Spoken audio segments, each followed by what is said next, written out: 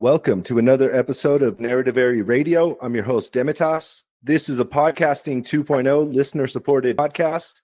You can support the podcast by donating Monero, Bitcoin, or streaming Satoshis and boosting with Lightning Network on any Podcasting 2.0 app. Tonight, I'm happy to have you guys with me because I have a very special guest. My guest is Henry Makow. Henry, how are you? Thanks for coming on the show. I'm great. I'm glad to be here. I'm super happy to have you on here. I've been a follower of your blog for a long time. I want to say almost a decade. For our listeners, though, who aren't familiar with your work, who's Henry Makow? I'm 73, but I don't look a day over 48.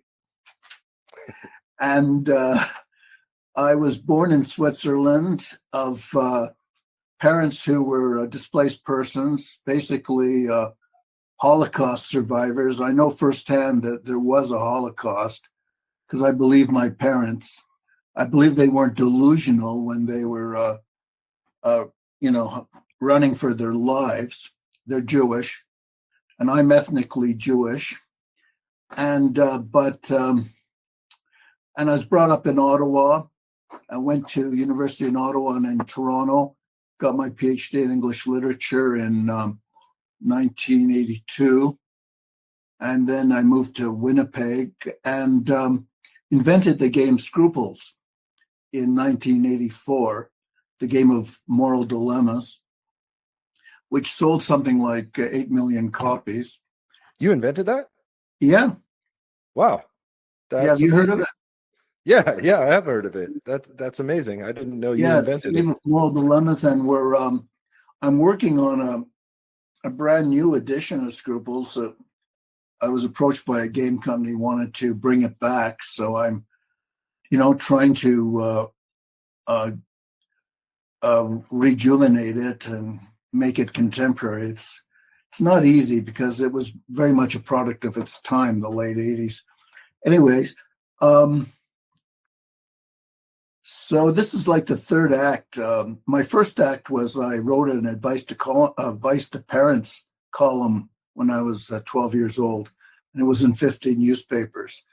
So that was my first act. My second act was Scruples, and both were pretty successful. My third act was henrymakow.com, my website, which I began in roughly the year 2000, and I've produced 4 books.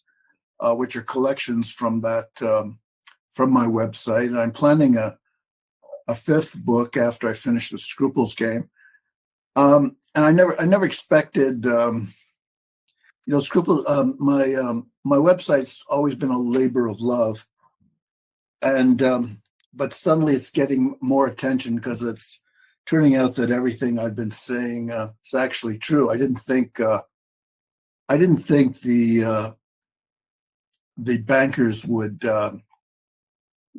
expose themselves to the extent that they did within my lifetime, and I'm referring to this COVID nonsense and this deadly vaccine.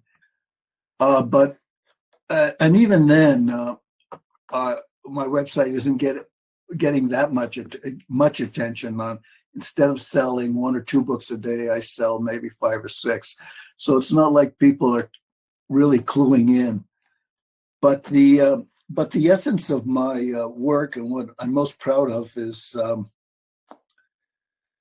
realization that we are satanically possessed by organized Jewry, and that Judaism is a satanic cult masquerading as a religion. It's not a religion at all, and I've been saying this now for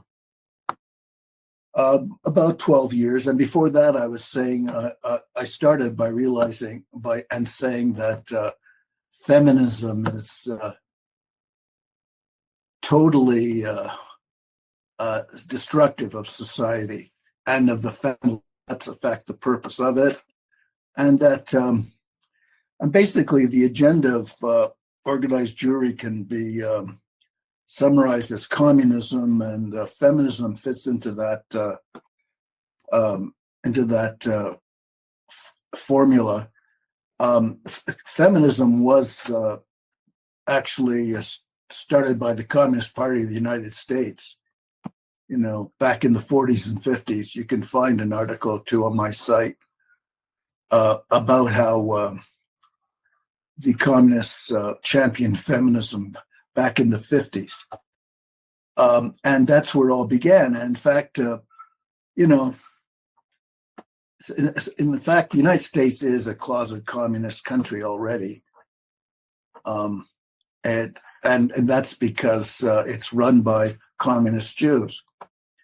But you're not going, people don't want to see that because the paradigm they've been given is, totally different. Communist, that the United States somehow stands for freedom, which is a bit of a joke, especially since they rigged the last election. So anyway, is that enough of an introduction? Yeah, it's a perfect introduction. I want to say that I first encountered your work probably around a decade ago, and you were talking about the satanic Jewish aspect of the New World Order, which to me, that was new information at the time. I had been somebody that became, I guess, conscious of our political reality when 9/11 happened. And when I started investigating it, I found out about the Freemasons and the New World Order and all this kind of stuff. But in a lot of conspiracy circles, a lot of people say that it's the Vatican that's running things, or it's Freemasonry that's running things. So when I came across your work that was talking about the satanic Jewish cult that is actually pulling the strings behind the banking system and stuff like that, it was a real eye-opener for me. In your opinion, these satanic Jews, are they actually the ones calling the shots, or are they working underneath the Vatican or underneath the Freemasons? How does this all fit together in your mind? Well, I tend to follow the money, and the money, the money system is controlled by these Kabbalist Jewish bankers. We essentially gave our national credit cards to our worst enemies. It's sort of like you giving your personal credit card to someone who wants to destroy you. So naturally, he's going to take advantage of that and, hire assassins, hire propagandists, buy newspapers or media in order to mess up your mind. What this COVID scam has shown is that, people do anything for money. People are controlled by money. 80% or 90% of people are controlled by money. They'll do anything. They'll kill their doctors will kill their patients for money. They don't care. It's really been a grand expose. So basically, people are controlled by money, and our worst enemies control money.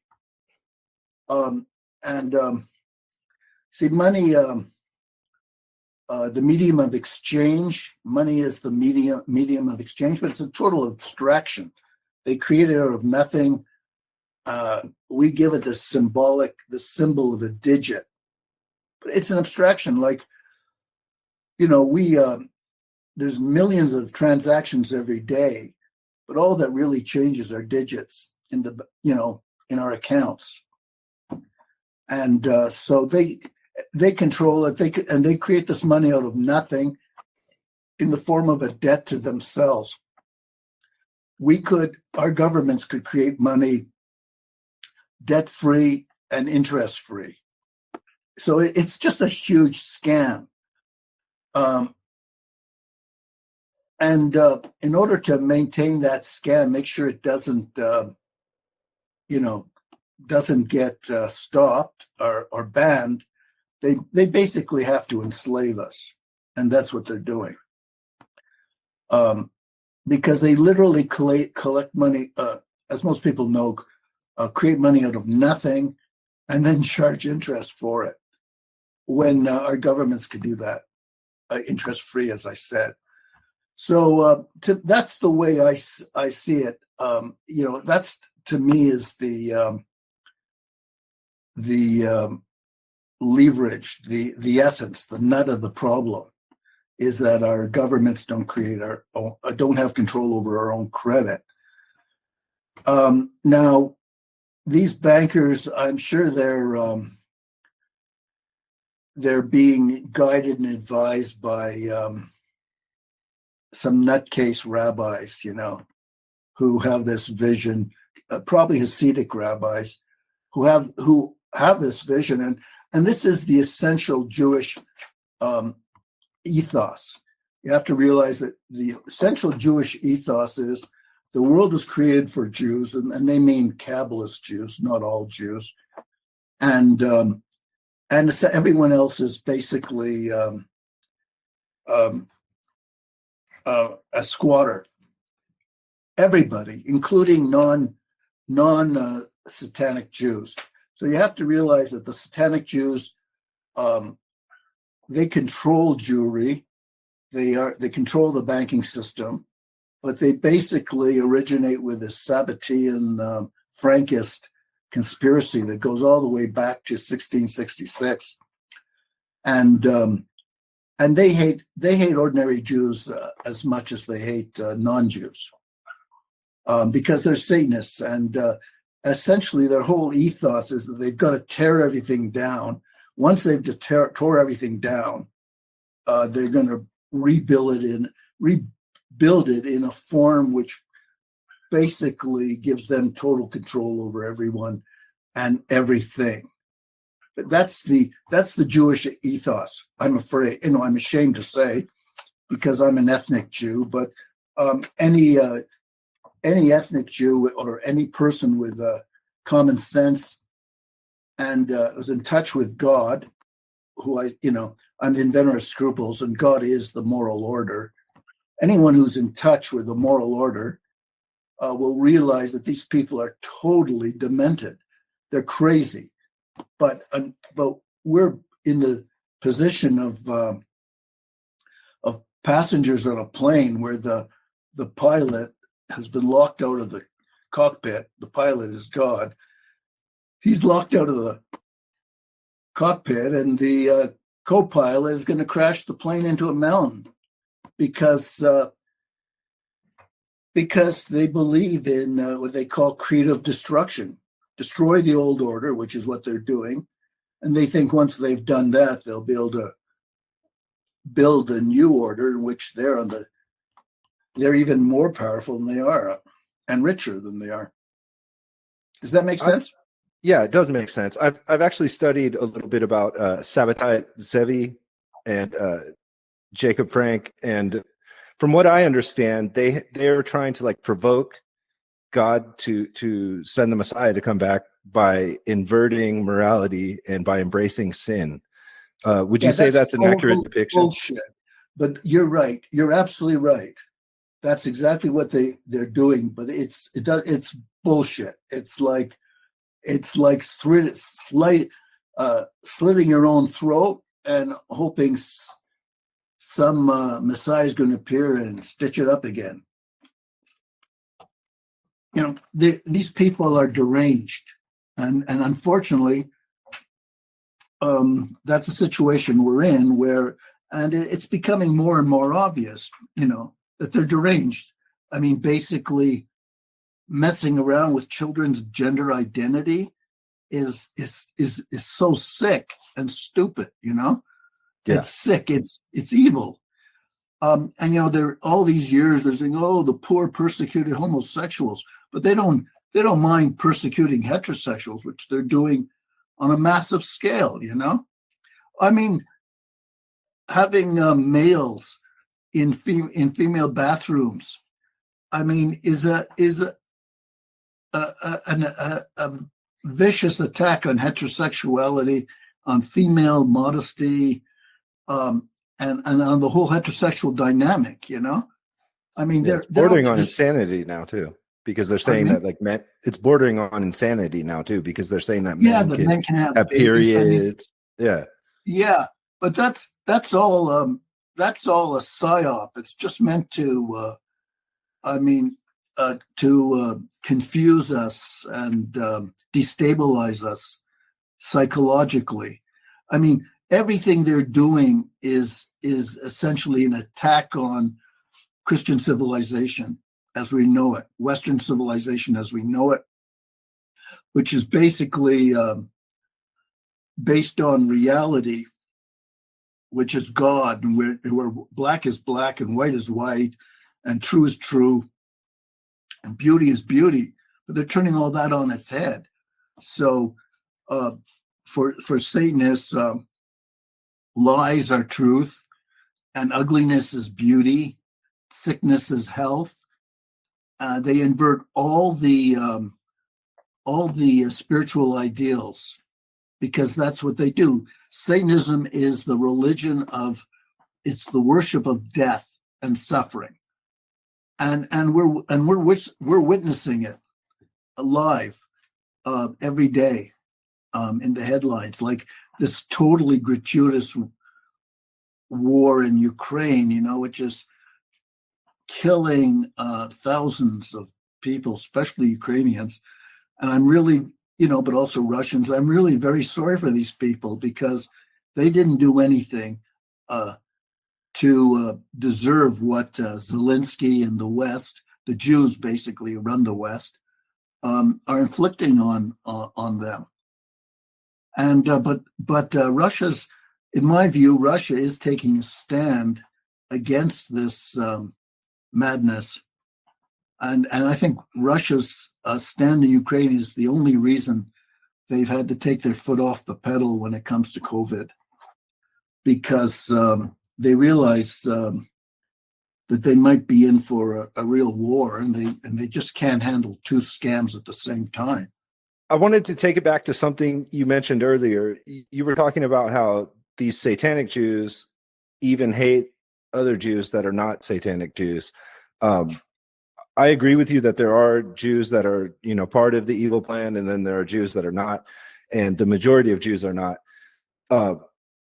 What about this thing with the Khazarian Jews? Like, they say the Ashkenazi Jews are Khazarians, and that it's really the Khazarians that are running this evil agenda. But then I've also seen that there's like Sephardic Jews that are also kind of partaking in this evil plan. So as a Jewish person, like, how do you see like the way the different groups of Jews are like separated, and how do they interact, and who's on board with the evil plan and who isn't? Well, the way to I don't think Khazarian versus Ashkenazi versus Sephardic is useful. What's more important is the Sabbatean Frankist conspiracy, which is basically the Illuminati conspiracy, which is the Satanist conspiracy, which seems to exist within Judaism. I think a lot of what are called the Torah Jews are very ethical people. And there are a lot of Jews like myself who are very anti-communist, anti-Satanist, and have called out this Jewish conspiracy. But there's only a handful of us. And I'm in that tradition of Benjamin Friedman and what's his name? Henry. Anyway, there's a handful of us, and they're all on my site. You can find them all on my site. But it's shameful. It's only a handful of Jews are really onto how the Jewish people have been essentially driven into a ditch, because all the power and all the organizations are controlled by money, and the money is controlled by the Sabbatean Jews, the Satanist Jews. And the vast majority of Jews are very complacent, because they actually don't believe this is happening.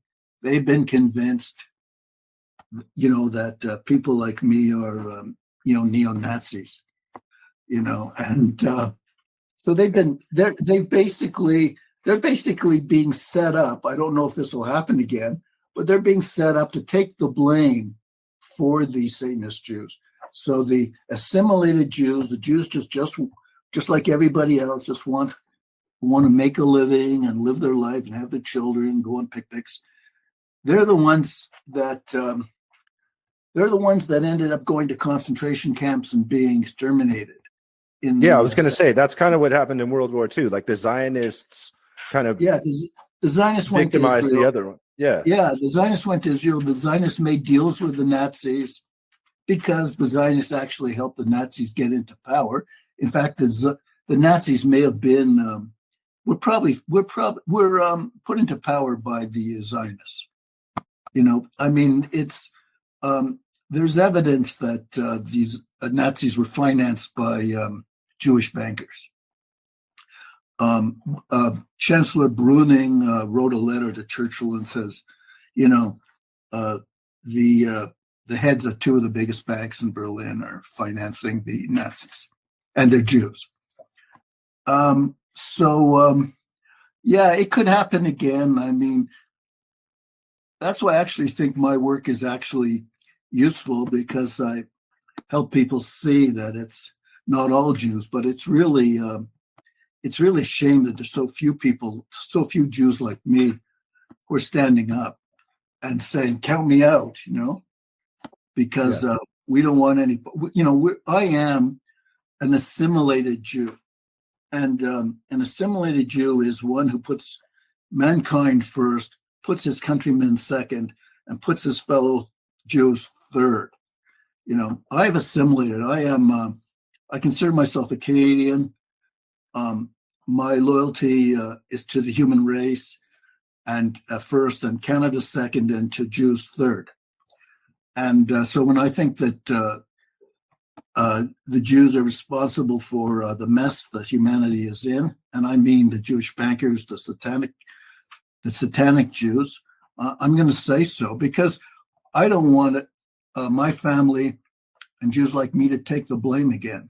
As a Jewish person who's been a whistleblower, you said that they called you neo-Nazi, and I've seen that you've been kind of banned from a lot of places. You've been canceled to a certain regard. Have you been ostracized by the Jews themselves? Like, do they kind of see you as like an enemy of your own people, or how's that work? It's curious because the way organized Jewry works, it's split into two factions: the communist and the Zionist faction. The communist is left, woke, and insane, and the Zionist faction is actually pretty conservative, more nationalistic, less globalist, and so basically, I can tell you actually a little story. I was this game company in Toronto said, "Let's do Scruples again," so I was all for it. Then they found out about my website, and they said, "We don't want to do it. We don't want to do it." So they were what I call communist Jews, but at this very same time, a game company in Israel approached me about putting out Scruples, and they don't give a damn about my website, because okay. I don't make a big deal out of criticizing Israel, although I have. I mean, I regard Israel as basically a misstep. Jews never needed a homeland. It's the countries they've invaded who need homelands. The English need a homeland. The French need a homeland. The Germans need a homeland. The Russians are fighting so they can have a homeland. You know what I'm saying? We never needed Israel. Israel's a hoax, frankly. I mean, it was settled by Khazars and I'm a Khazar, ethnically. But we have no connection to Israel, whatever. But in my opinion, no historical connection. So as you can see, actually, I'm pretty much left alone by Jewry, or by Jews in general. I rarely hear from them. They rarely, I'm just sort of unmentionable, which is fine with me. I'd rather be ignored than persecuted, Yeah.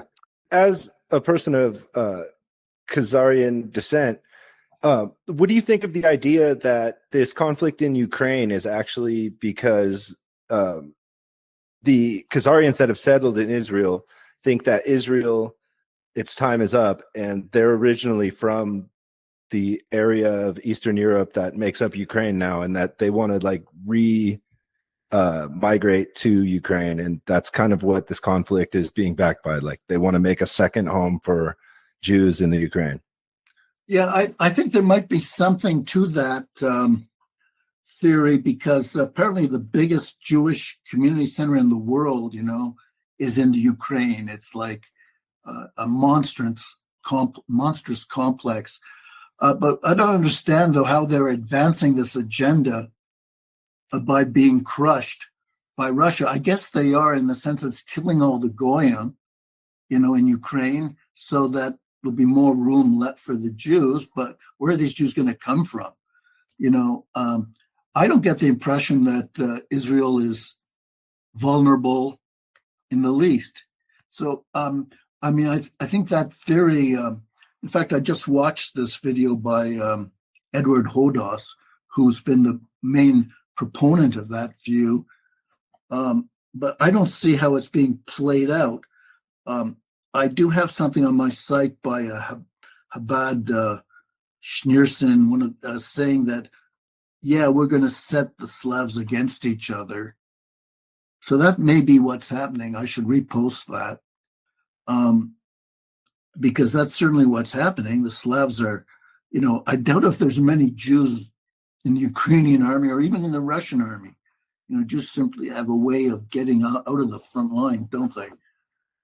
And although in the First World War, something like 10,000 Jews died in the German army. So it's not a hard and fast rule. I mean, Jews in general just want to assimilate and live their lives. They're not interested in hating Christians, But organized Jewry is definitely out to destroy Christianity and destroy non-Jews in general. I agree with that completely. Do you consider yourself a Christian, or are you kind of more an atheist, or I don't know what your spiritual beliefs are? My religious view is know them by their fruits. So I'm not interested in dogma or theology. I'm just interested in the behavior of the people the adherents. So if a Muslim or a Confucius believer, if they're honest, if they have family values, they work hard, then they're a credit to their religion. I just judge all these religions by the behavior of their adherents. And my religious views is very, very simple. It's like no frills religion. But I think it's universally applicable. I identify God with spiritual ideals, spiritual absolutes, starting with morality. In other words, truth, goodness, beauty, love. I think that's our essence. I think our souls are connected to those ideals, and that's why we're so miserable, because we're not, those things are being trampled on in the world today. But we each have a connection to God. There's no doubt in my mind, through our souls, and that our soul is our true identity. Our connection to God is our true identity. In fact, I believe that love is our true identity. If instead of giving people deadly vaccines, they just gave everyone LSD. Have you had your LSD? Everyone should have get your LSD. There'll be a whole different world. It would be a world based on embracing God and God's plan, and not trying to impose it on anybody, but it's sort of blossoming naturally from our souls, and I think that's what we crave. That's the plan. Love.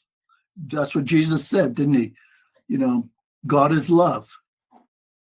So I do believe in Jesus' teachings. I think they're in the New Testament. I think they're right on. And in fact, I think Jews should have adopted his teachings in the New Testament. But am I a Christian? Do I believe he's the Son of God? I would be sure. But his message essentially is to us all is that we're all the son of God, in the sense that we all have God within us. To me, that was his message. And then people will say, oh, well, that's a very new age thing. No, they don't understand their own religion, their own savior. Jesus said, send out more fishers. He's basically send out more people like me, because religion is something that we have to experience. It's only relevant if we experience it.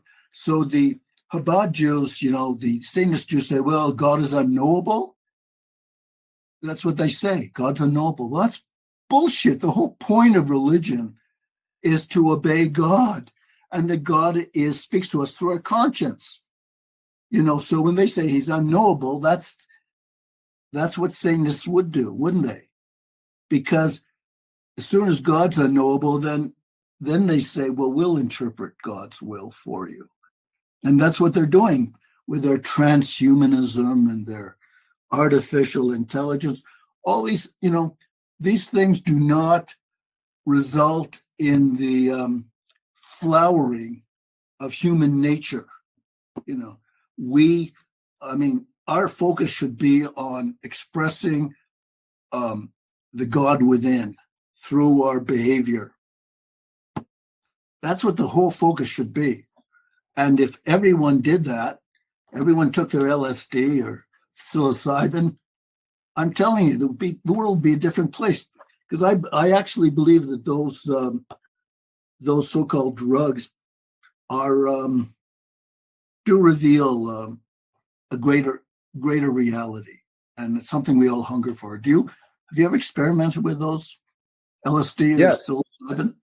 Yeah. Well, before I became a Christian and was religious, I went through. Well, I grew up in the 90s, right? And I went to the raves and stuff when I was like in high school and all that, and I experimented quite a bit, actually. Well, good for you. You know more than me then about these things. But why did you decide to?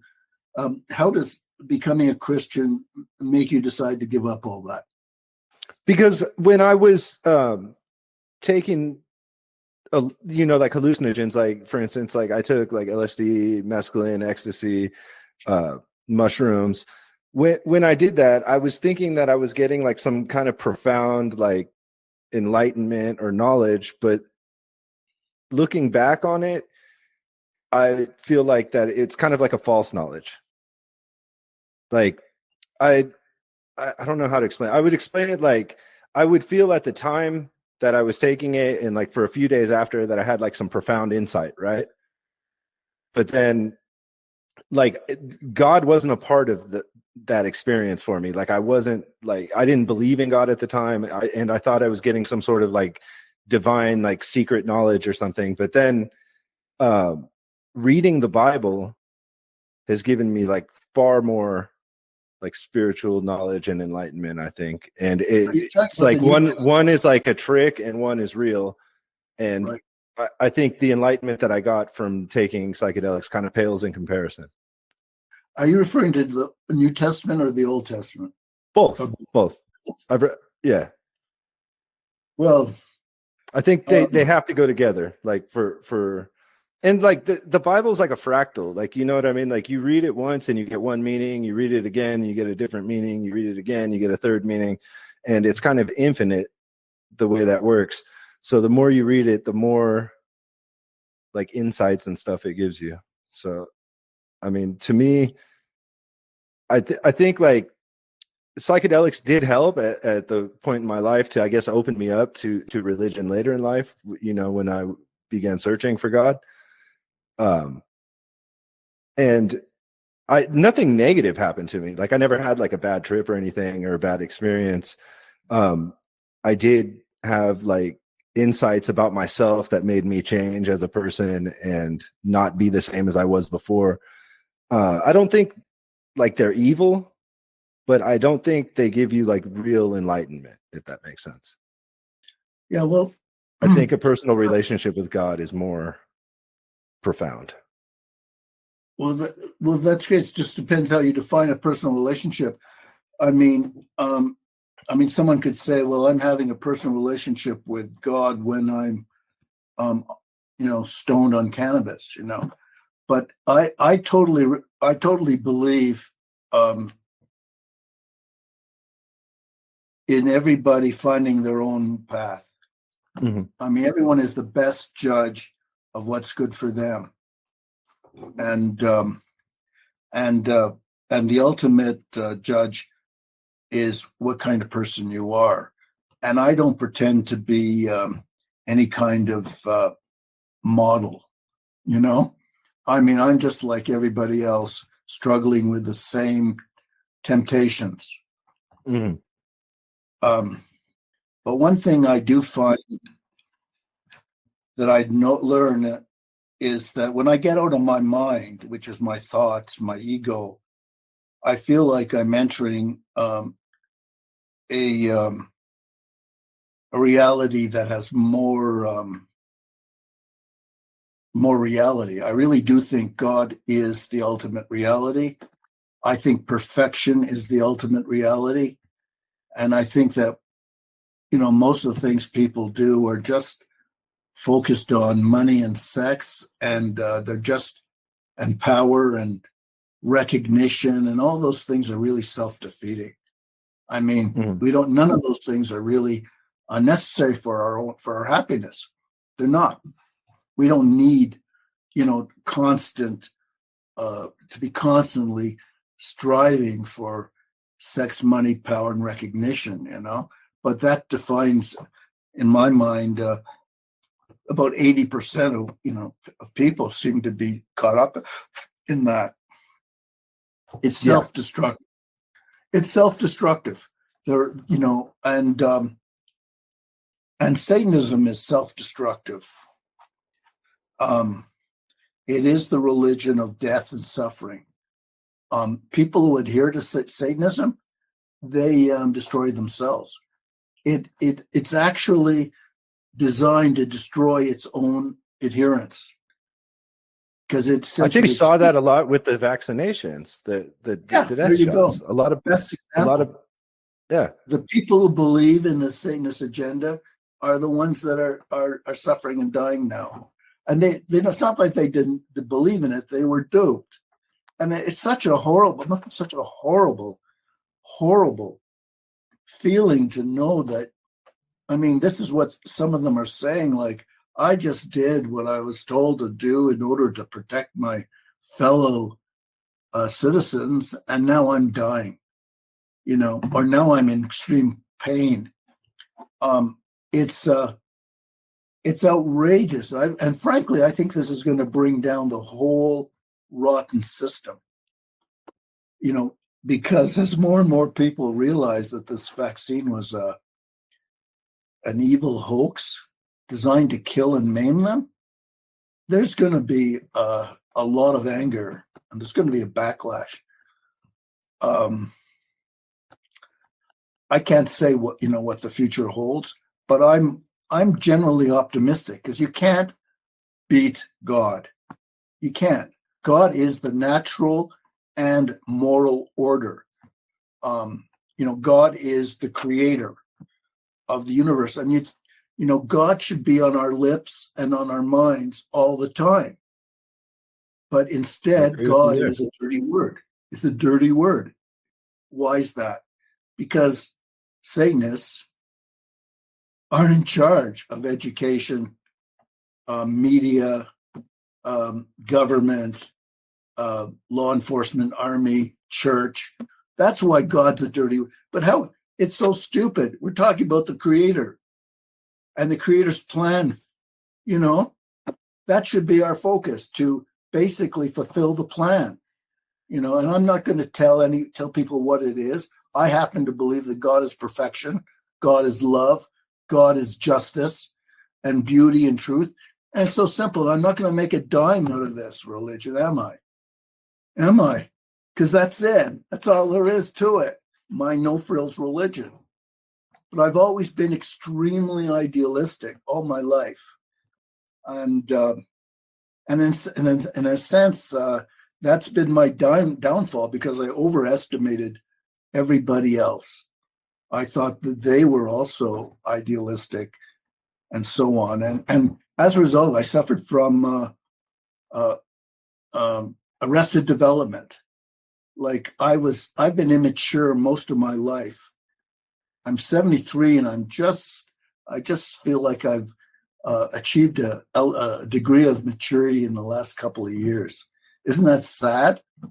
But that's what it does. That the whole system's designed to keep us in a state of arrested development. And one of the ways they do it is by empowering women, and making sex out to be the ultimate sacrament in life, fornication, and therefore women become sex goddesses, and then men give women power, and that's the beginning of the end. Because when a man gives women power, he becomes a woman. When a woman gives man power, she becomes a woman. And I don't know if you've read my articles about feminism, about heterosexuality. I believe heterosexuality is based on the exchange of female power for male power expressed as love.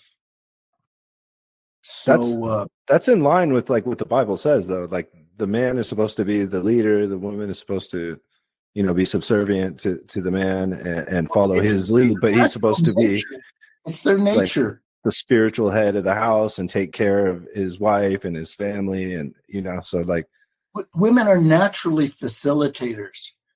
They make things happen. They sew clothes, they milk cows, they look after they have babies and look after them. In my case, my wife is my webmaster. I mean, she's been indispensable. In fact, my website was her idea. Talk about being a facilitator, right? She's a professional web developer. So yeah. It's just, I'm married. It was love at first website. What do you think of the idea that the feminism has led to this whole thing, empowering women has led to this whole thing with the transgenders now replacing the women, and the transgender men who pretend to be women are kind of displacing the feminists now, and the feminists are now being discarded in favor of these transgender men who are kind of usurping the role of women?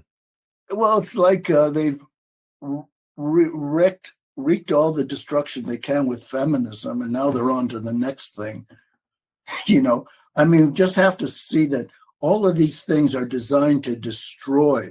They're not designed to protect anybody's rights.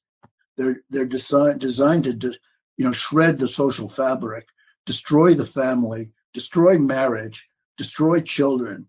This is a cancer. We are suffering from a spiritual cancer, which is destroying humanity. And in a way, it's a good thing it's happening, because suddenly, millions of people are realizing what's really going on this planet, and what's really going on, and what's been going on for the last 200 or 300 or 400 years, maybe 2,000 years for all, is basically what we're seeing emerging today. This Jewish plan to dispossess and destroy the Goyim. And which essentially anyone who isn't a Satanist, mm-hmm. they're going to destroy, and they're going to destroy the Satanists too. Yeah, because I think the best example of what you're saying is we saw these movie stars line up for the shot, promote the shot, and look at all these celebrities that are dying suddenly now that they've taken the shot. The devil eats his own, and these people are learning this the hard way. They put their faith in man and science rather than God, and it's coming back to bite them in the ass. Right, but it wasn't science; it was lies. The whole thing. In fact, I'm not an expert on this. I don't think there is any need for any vaccines. It's just a boondoggle. It's, long before COVID, the Canadian government, I'm a Canadian, was pushing Gardasil on young girls.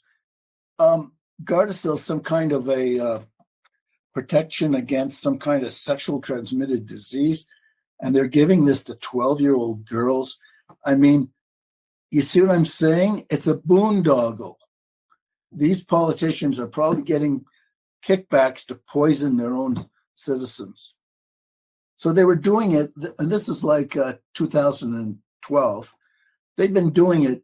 I mean, that's an example. They did it long before COVID in terms of poisoning their own citizens.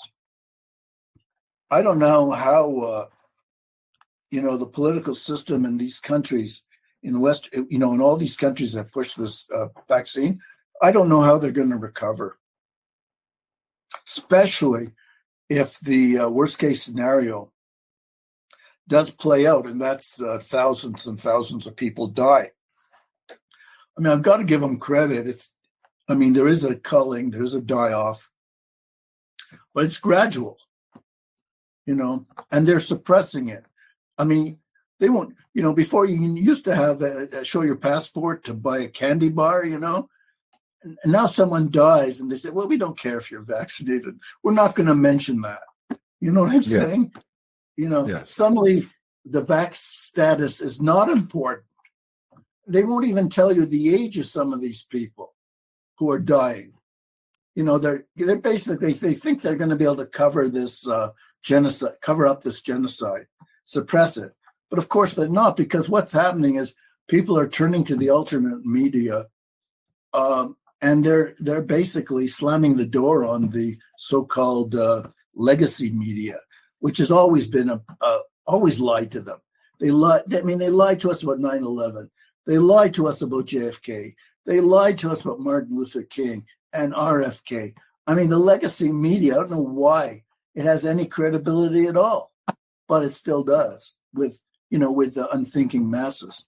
Well, we know what they've done in the past. Right now, we're in the beginning of 2023. They just pulled off this giant pandemic for the last 2.5, 3 years, and then on a dime, changed the programming to Ukraine.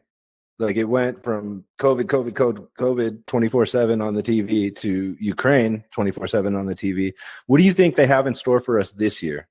Well, before I answer that, because I don't have an answer, what you said just reminded me of when I was a teenager. I was campaigning. I was about 12, 13, or 14. I was actually an organizer for civil rights marches in Canada.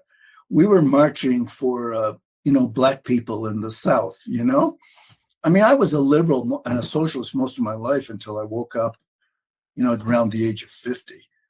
Anyway, all of a sudden, I'm out there organizing marches for civil rights, and bang, someone switched the switch, and it was Vietnam. Civil rights, forget it. Vietnam. Everyone was marching for Vietnam. It's like they just turned a switch. Just like you described, they went off COVID and they're onto Ukraine. Well, to me, the best scenario is basically NATO realizes that without using nuclear weapons, they're totally outclassed by Russia. And they eventually say, well, the easy money's been made in terms of defense spending, in terms of boondoggles and ripoffs and bioweapons. And I mean, what did they blow on Ukraine? What, 50 billion? I don't know. What did they blow on COVID? I don't know. Was it $1 trillion? What I'm trying to say is the best scenario, in my view, is they'll take their money and they'll just say, well, we can't beat Russia, and they'll just move on to the next thing. Hopefully it won't be another pandemic, but I don't think they have any credibility when it comes to pandemics anymore. So I think the masses have kind of woken up to the scam a little bit. Right. And then this last World Economic Forum, if they can't control the media, and they can't, like I'm I'm kind of pleasantly surprised with Musk and Twitter. To me, that's very important. And, they let me back on Twitter after kicking me off, and for simply tweeting about the death, the dangers of this vaccine. I mean, I was onto this vaccine right away. You can look at my website, March 2020 or April 2020. I was saying this is a scam. It's just communism in a white coat. And I think they overstep, which is what they always do. And I think I think the fact that there's that the internet's relatively free still. I mean, they cannot pull this off without shutting down free speech altogether. They just won't be able to do it. And for some reason, they are unwilling or unable to do it. Like, frankly, I don't understand. I embrace Elon Musk and his policy with Twitter. I don't understand. I don't understand why they gave us that. So I don't have all the answers, They were getting a little bit of a pushback, I think. During the pandemic, the free speech and the censorship was so intense that I think they got a real big pushback, and they had to kind of concede a little bit. Well, we'll never know. I mean, I know there's been death threats, but I don't know what else what other kind of pushback they've had. The United States is a totally armed country, yet I haven't heard one report of violent pushback from our side. You hear what I'm saying? I mean, I wouldn't say the pushback has been violent. I think it's been more just mockery. Like, they've just been mocked online to the point where, like, even the unthinking masses are starting to question things because they've seen too many memes. Well, not only that, I mean, the destruction of the United States and of the West is going on other fronts. This whole migrant thing makes no sense whatever, unless you want to destroy a country. I mean, you don't bring in thousands of military-aged men, put them up in 4-star hotels, unless you want to destroy the country. And the actual logo of the 2020 Democratic Convention in Milwaukee, which was streamed, the actual logo was "Death to the United States," and death was a satanic symbol. Did you know that? No, I did not know that. Yeah, so I'm gonna have to Google it now. Yeah, and check the out logo the logo of the 2020 Democratic National Convention in Milwaukee. I mean, and yet, no major media, not even Fox, has said, "What the fuck?" Shown everyone this logo and said, "What the fuck?" But that is their agenda. I mean, they didn't let Trump do anything. They were just obstructionists from the minute Trump got in. I don't believe in Trump, though. I think he's false opposition. I do too. And I think DeSantis is being positioned to be like the new Trump kind of character. Possibly, but the thing is, if Trump and DeSantis run, they'll end up splitting the right. They'll end up splitting the Republicans, and we'll end up with more. We'll end up with Kamala Harris. Oh no! The trouble is, you cannot be on the right in the West unless you're a Zionist, unless you basically kiss Israel's butt. And I mean, that's why I say, Americans need a national homeland. Canadians need a national homeland. All the Western countries need national homelands because the globalist agenda, whether it's Zionist or communist, is to destroy the nation. It's basically the Communist Manifesto. Basically, no freedom, no money, no inheritance, no family, no marriage. I mean, that's what Agenda 2030 is. It's the Communist Manifesto. And essentially, it's all about the super rich getting the very last crumbs, so that nobody else has anything. We're dealing with a cancer that's devouring us. What do you think about this climate, the communism being enforced through the climate agenda, and like this whole thing where they're going to try to make us eat bugs and all of that? Yeah, it's just another scam. I mean, all these things are scams, but we have to realize that almost everything in history is a scam. The First World War was a scam. The Second World War was a scam. The Vietnam War was a scam. The Cold War was a scam. Everything is a scam.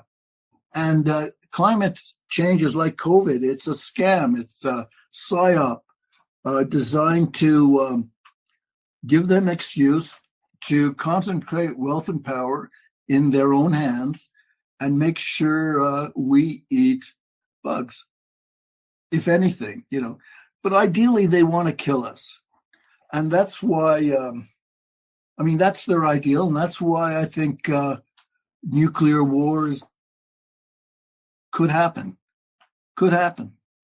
Because the trouble is I think they'd rather kill us with an epidemic because, it wouldn't destroy so much property. Well, I've seen videos and stuff like conspiracy theorist videos talking about how the COVID pandemic was the first one, and then they're going to roll out other pandemics like until 2030. Like there's supposed to be a bunch of pandemics, one after the other. I think they've hesitated because the second one that they tried to roll out was the monkeypox pandemic, but because it was only affecting like a certain subsector of the population, I don't think they were able to successfully pull it off. They weren't able to drum up the fear because it was primarily affecting homosexuals, and that's like less than 2% of the population, right? So I think they had to start the war in Ukraine kind of as a backup plan because the monkeypox thing didn't pan out. But it looks like with the Ukraine conflict that Russia is winning and Ukraine is going to lose. So it's either going to be a never-ending quagmire and they're going to sell a bunch of weapons, or they're going to, like you said earlier, kind of let it die out and then go on to the next thing. In Davos, they were talking about the cyber pandemic, which means they might fake like a cyber attack and give everybody online identities and totally shut down free speech online. What do you think of that idea? I think there's a greater threat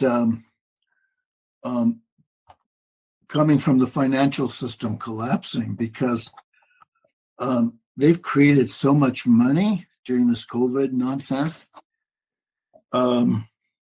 which resulted in inflation, right?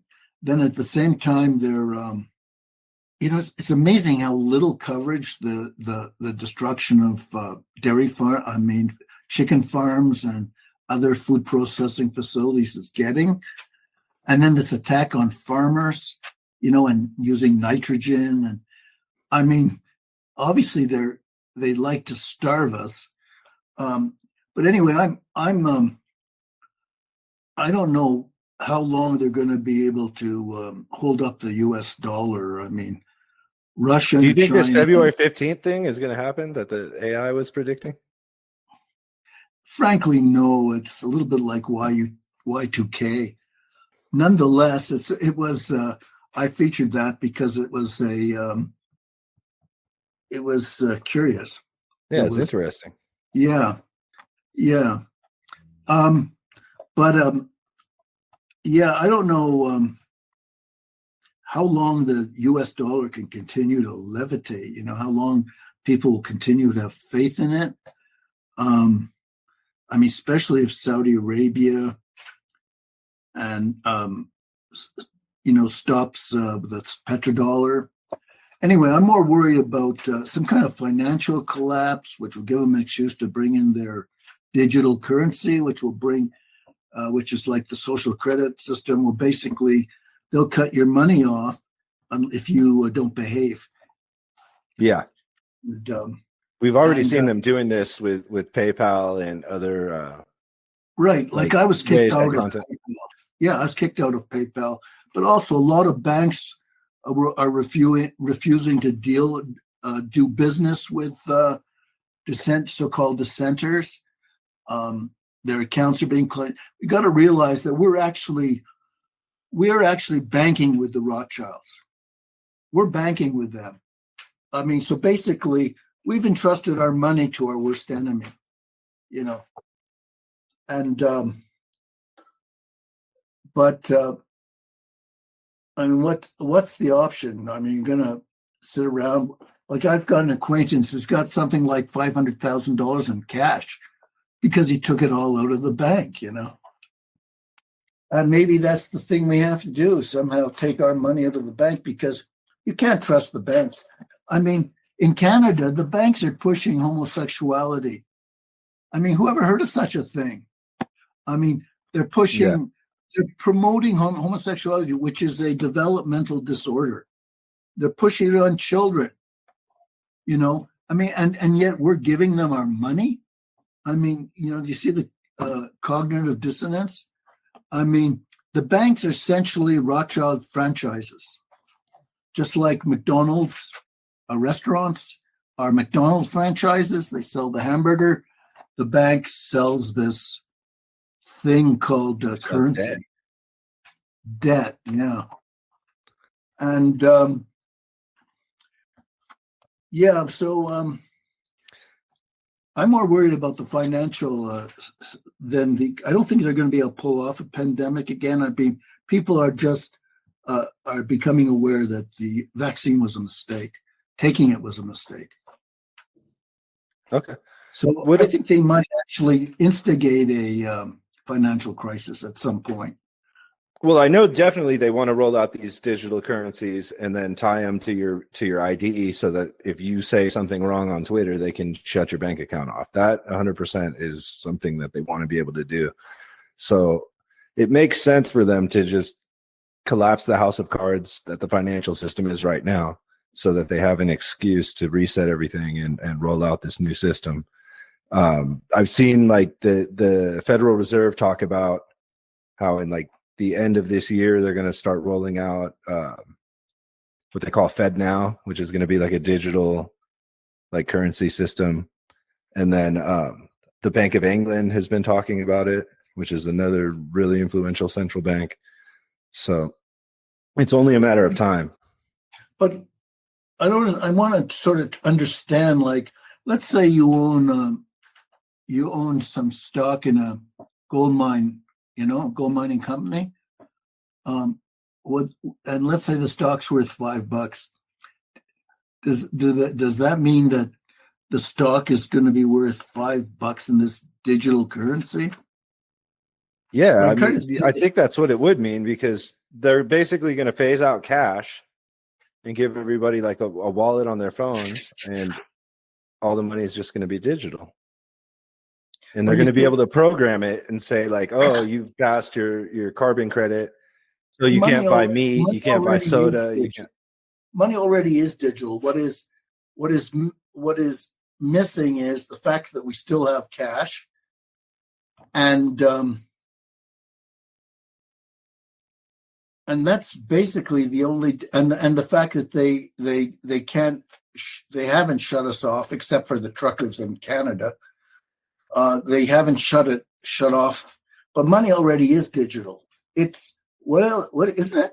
I mean, just look at your bank account, just digits. For the most part, yeah. I mean, cash is like 2% of the actual money supply, but they're going to basically cut out the middlemen, cut out the bank in your neighborhood. You're going to get an account directly with the central bank.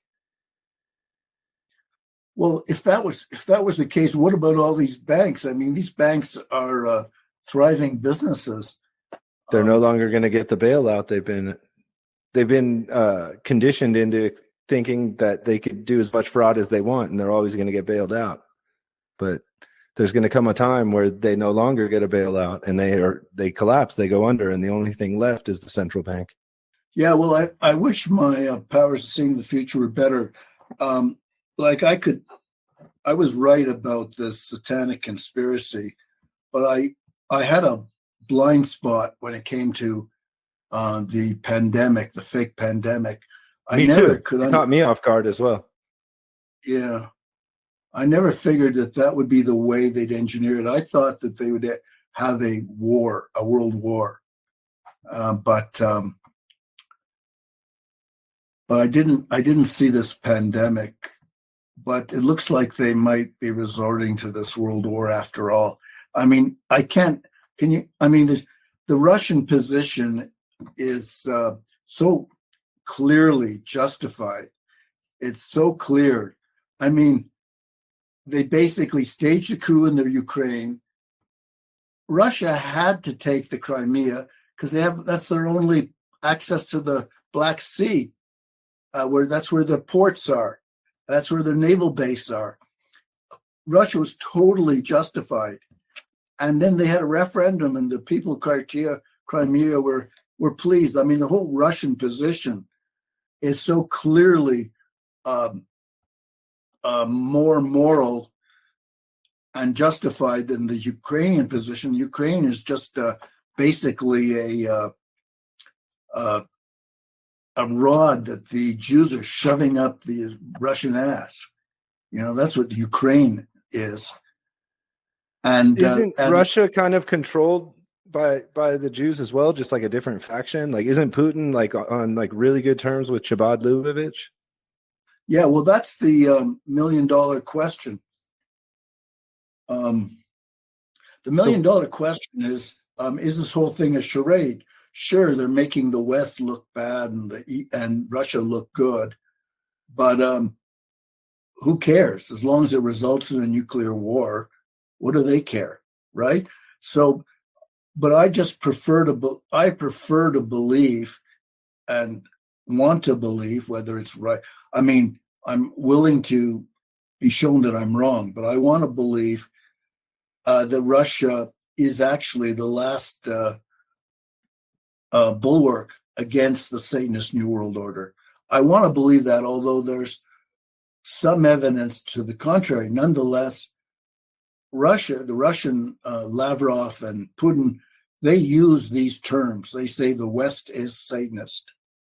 I mean, it's like they've been reading .com. That's a good sign. I know Putin has also been like against the normalization of homosexuality. So that's another good sign. But do you think that they could be trying to bankrupt the West with this war by having them back Ukraine, who they know is going to lose, and then that will set the West up for Russia and China to kind of team up and become the new center of power? Well, yeah. I mean, if the West was actually planning to confront Russia, they wouldn't be turning their army into a bunch of sissies, right? I mean, they've axed the army. That's the other thing that no one's talking plus about. They've axed the whole army is vaxxed. It's almost as if Putin and the West are on the same side, and the agenda is to destroy the West. Yeah, I'm not. I really don't know. I'm like you, or I'm only speculating. But from the way I understand, the way the Rothschilds have been financing wars for the last few hundred years, they always finance both sides.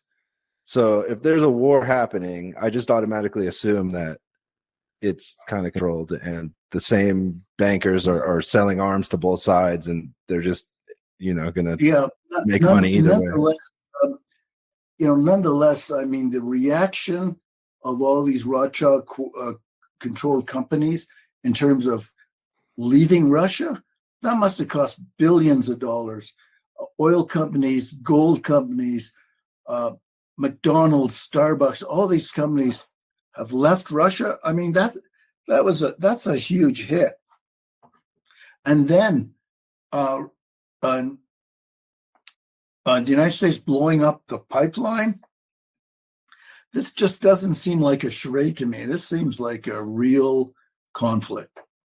Yeah, nonetheless, Russia does do things that make me question their sincerity. Like, I think they still have a vaccine program there, although we never hear about. Yeah, Putin was definitely on board with the pandemic.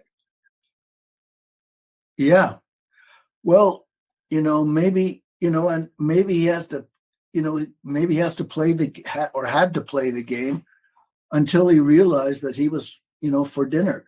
He was on the menu. I mean, I think the Russians finally realized that.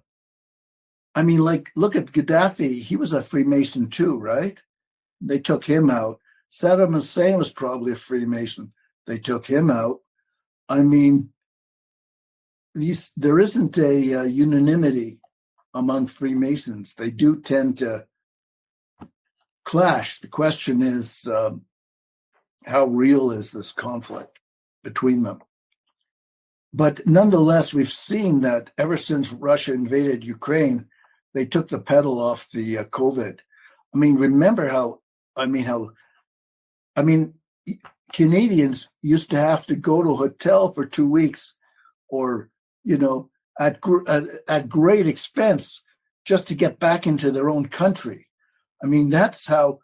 And then in Australia, they're beating up people. There was a while where you guys couldn't even leave your country, right? Like you couldn't even leave Canada. Yeah, I couldn't even leave.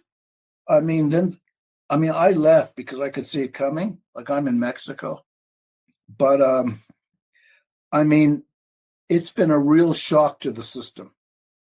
I mean, we've seen the patina of freedom and human rights just get ripped into shreds.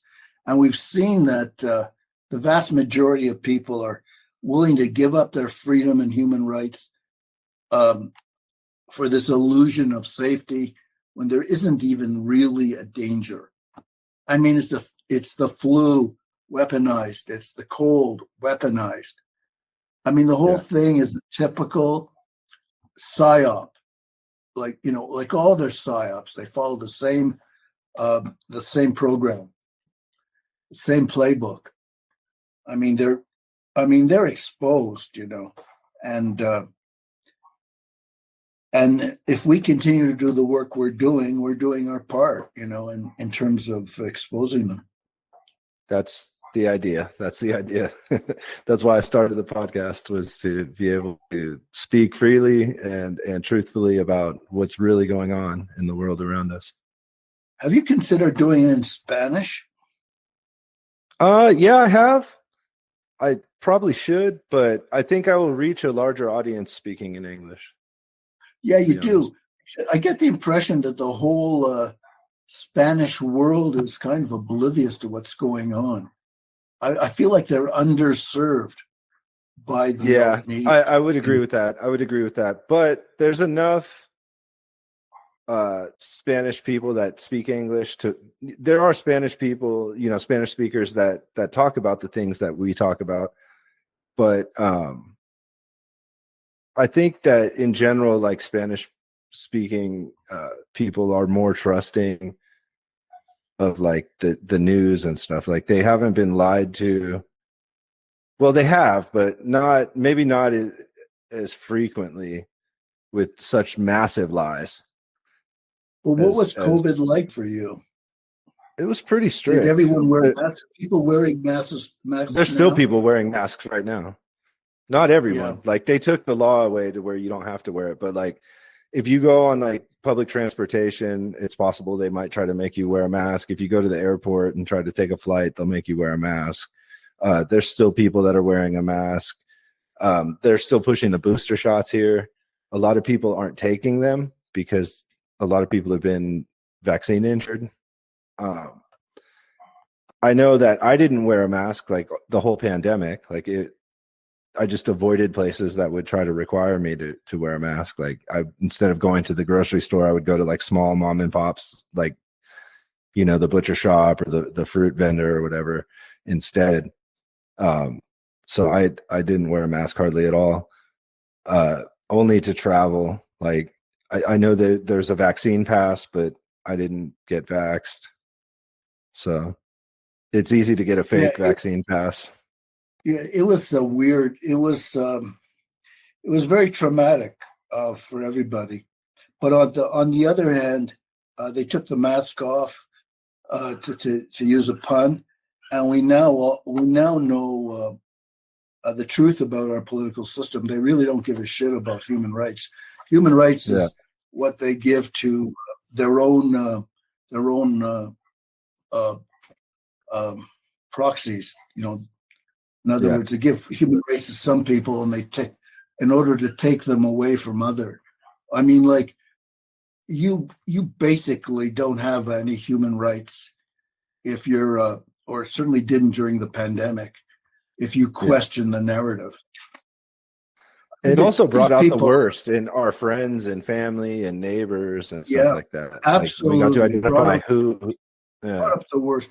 And so we're no longer under any illusion about the world in which we live. And I think that's a good thing, because they could have kept on this charade for 50 years or more, but they basically are grabbing. I mean, they want their goal to be fulfilled.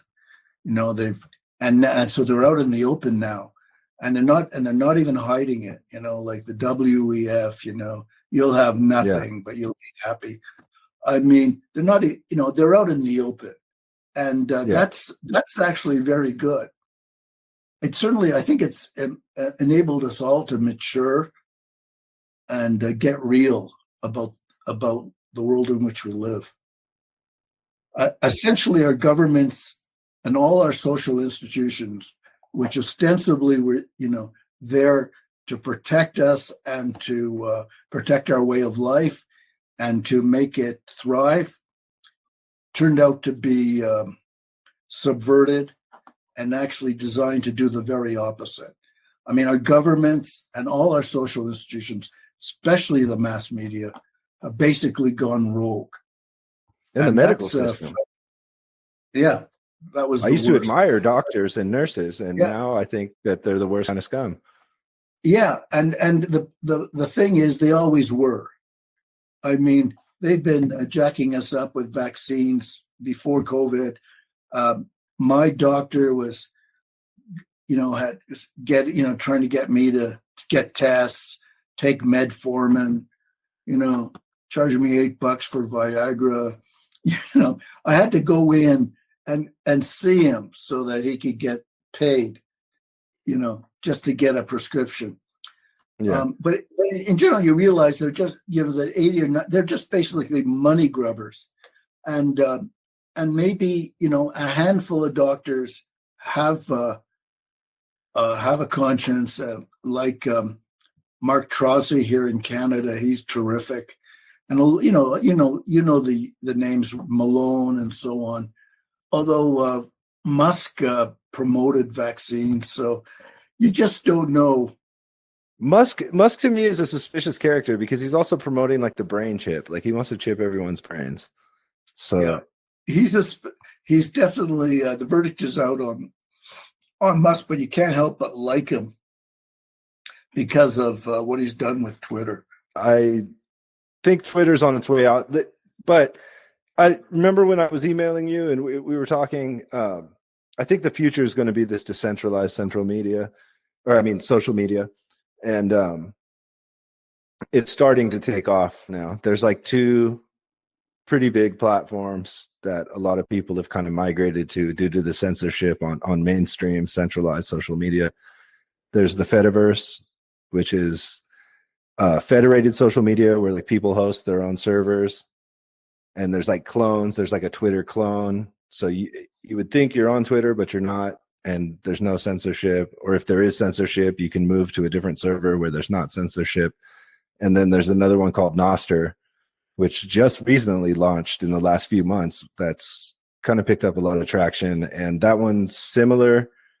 It's also decentralized, but it works like with the technical back end a little bit differently, but it's also kind of the same thing where people host their own relay servers and you can join one or join another, and there's not as much censorship. Could And you? I think those are This is all new. This is all new to me. Could you put together a short memo summarizing these yeah, options? yeah, I'd love to do I'll that. post. This is all news to me. I mean, I'm on Okay. Gab. You know Gab.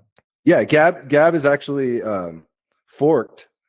Like, it's open source code, right, that they use for Mastodon, and Gab took the Mastodon code and then kind of changed it and made their own thing. But Gab no longer federates with the wider Fediverse. Like, they used to be on the Fediverse and then they stopped. People were making fun of him, so he got mad and stopped federating with the rest of the decentralized web. I see. Anyway, if you could put together a memo, I'll post it. I think this is new to me. What you're Yeah, this yeah. No, I think Fediverse. for someone like you who has controversial views and has been kicked off social media for talking about stuff, it would be a great option. We're 15 minutes over. You've been super generous with your time, Henry. Is there anything else that we didn't cover that you want to say to the audience? Not really. I think we've covered everything I've got to say. Okay. Well, thank you so much. This was an honor to talk to you. I feel like I know you already from reading so many of your articles and blog posts, and then I just got to have an hour-long conversation with you. This was really great for me. So thanks. Well, thanks. It's been great for me too, and I enjoyed it. And keep up the great work.